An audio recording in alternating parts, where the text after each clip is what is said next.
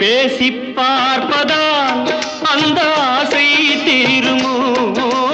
பேசி பார்ப்பதால் அந்த ஆசை தீருமோ? இதழ் ஓசை கேட்பதால் வேறு பாஷை வேண்டுமோ?